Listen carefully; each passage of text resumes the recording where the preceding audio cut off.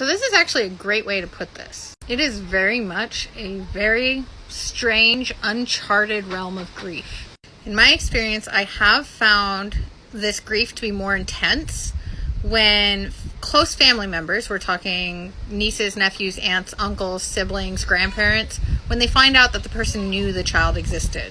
But it still happens even in cases where they didn't know the child existed. Like I said previously, this person's very existence challenges everything you know about that person. Imagine finding out your dad, who you've had a loving relationship with your entire life, had another child you never knew about. Even if he himself didn't know, you want to believe that your dad wouldn't be the kind of person that would end up in that situation. He would have stuck around, he would have known.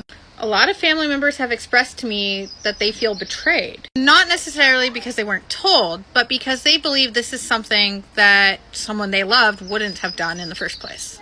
So they only give me a minute to talk. So for the parents, it's also very difficult.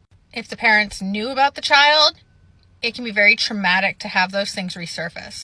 Giving up a child, no matter the circumstances, is not easy. And if you have a man or a woman who has done that and has moved forward in their life and put it behind them, it can be very difficult to have those feelings brought back to the surface again.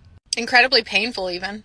And it likely wasn't something they were anticipating ever dealing with again. Now take into account dads who didn't know the child existed. Obviously, that's a shock. Many of them have expressed to me that they feel betrayed, like they don't know what they would have done at the time, but they feel like they should have been given the choice. Some of them even feel guilty for not having been there. And in these situations, how do you explain it to the rest of your family?